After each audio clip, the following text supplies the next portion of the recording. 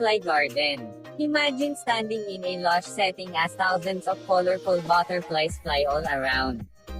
That's exactly how you will feel when you visit the Butterfly Garden, one of the famous tourist spots in Marinduque. The town in fact is the butterfly capital of the Philippines. Maniway Island. Maniway Island boasts one of the longest stretches of powdery white sands in the province. You'll feel like you are in the famed Boracay when you come here. Add to that a mesmerizing view of the crystal clear waters that are so inviting. Because the surroundings is teemed with marine life, you can snorkel here all day long. From here you can also check out the stunning Palad Sandbar and the enchanting Angab rock formations. You'll never run out of things to do here. That is why it's one of the most popular tourist spots in Santa Cruz, Marinduque. Kawa Falls. Have you ever thought of climbing from the top of a waterfall towards its deep pool? That may sound scary but thrilling at the same time. So if you want to have such kind of adrenaline-pumping experience, hike your way to Kawa Falls. Kawa Falls is only around 15 feet high with a circular and deep catch basin. Try climbing the cliff and plunge or dive your way to the pool. Just make sure you know how to swim and you hit the deep part. I do that always wherever waterfall I go. The crystal clear and cold waters will surely give you that soothing experience you're after. Swim around the pool as you relish the lush surroundings. Paktoy Underwater Museum. Paktoy Underwater Museum is near the Paktoy White Beach. It's a man-made attraction set on a natural setting. When you dive here, you'll find a statue of the iconic Marian.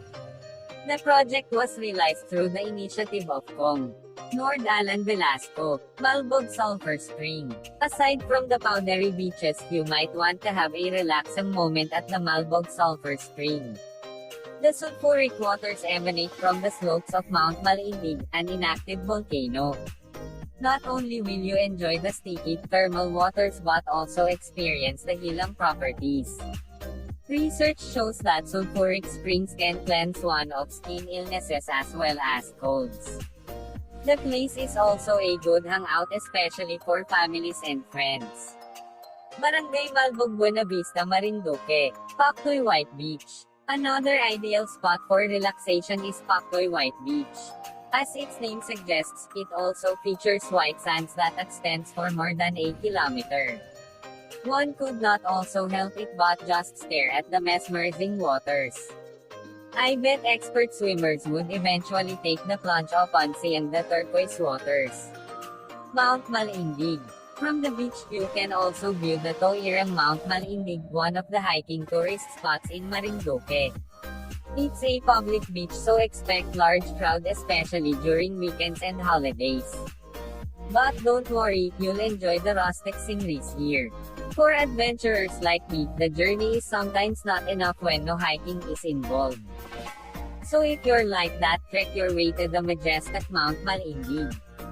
Because the trails run on mostly gently sloping terrains, assaulting Mount Malindig works for newbie hikers.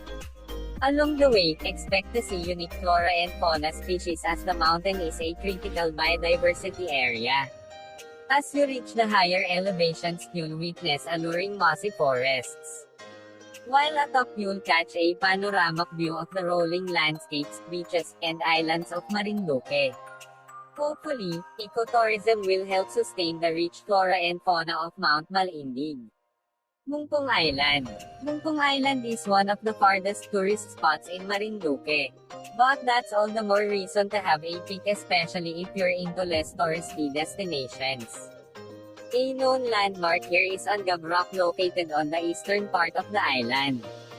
The rock formation resembles the shape of an arch and it towers for almost 100 feet. From where Angab Rock stands you'll find a long stretch of creamy white beach.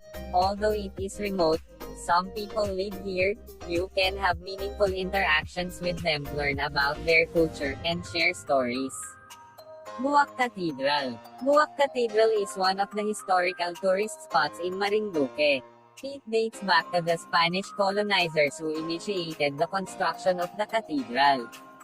It's known for its Gothic-inspired architecture with resemblance to the churches in Latin America. During the revolution against the Spaniards, Filipino warriors would often come here to seek blessing before heading out for war. The church also saw the blessing of the Philippine Revolutionary flag in 1899. Bathala Cave. Chasen for a memorable spelunking experience. Don't miss visiting Bathala Cave System where you'll discover 7 caves in all. Only 4 of these, however, are open for tourism. These caves are Church Cave, Cemetery Cave, Python Cave, and Sacred Cave. Each of these has unique feature to offer. My favorite is the Python Cave, which is literally home to several pythons, one of the biggest snake species. You can spot them as you explore the cave. But don't worry, they are harmless as long as you follow proper practice. The locals are experts, so for safety, they've got you covered. Tres Reyes Island. If you're chasing secluded tourist spots in Gasan, Marinduque, visit the Tres Reyes Islands. There are 3 islands composing it, namely, Baltazar Island, Melker Islands, and Gaspar Island. Craving for an amazing snorkeling experience? Check out Baltazar Island, which thrives with endemic marine species as well as colorful coral reefs. Want to try cliff diving or jumping? Visit the Melker Island, known for its scenic cliffs along its shores. Then there's Gaspar Island, which is the biggest but it has only limited beaches.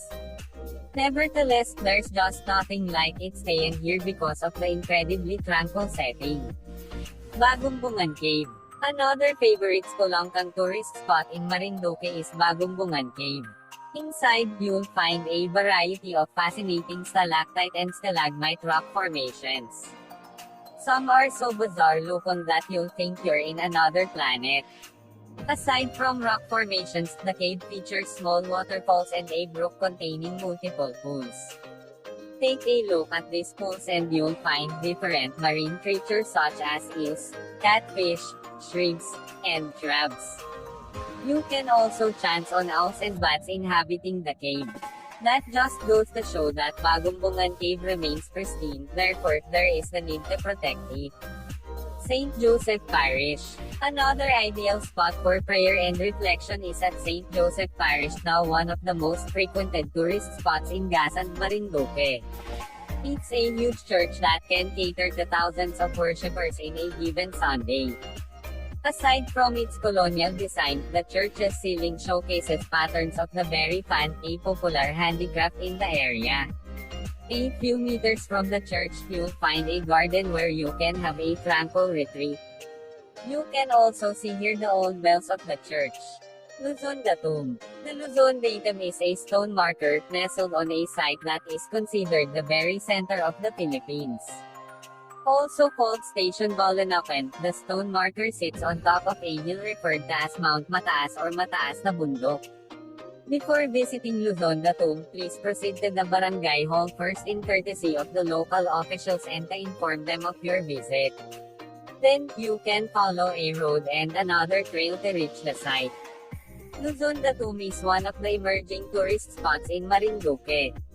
Marinduque National Museum. To learn more about the rich culture and history of the province, check out Marinduque National Museum. Here, you'll find mostly photos depicting the culture of the local people. There are also retrieved items from sunken ships dating back during the wars. The building where the museum lies is considered historical, having been built in 1887. It is now one of the most frequented tourist spots in Buwak, Marinduque. Hanggang dito na lang, at kung di ka pa nakapag-subscribe, i-subscribe mo na yan at i-hit na rin ang notification bell para lagi kang updated sa mga bagong video.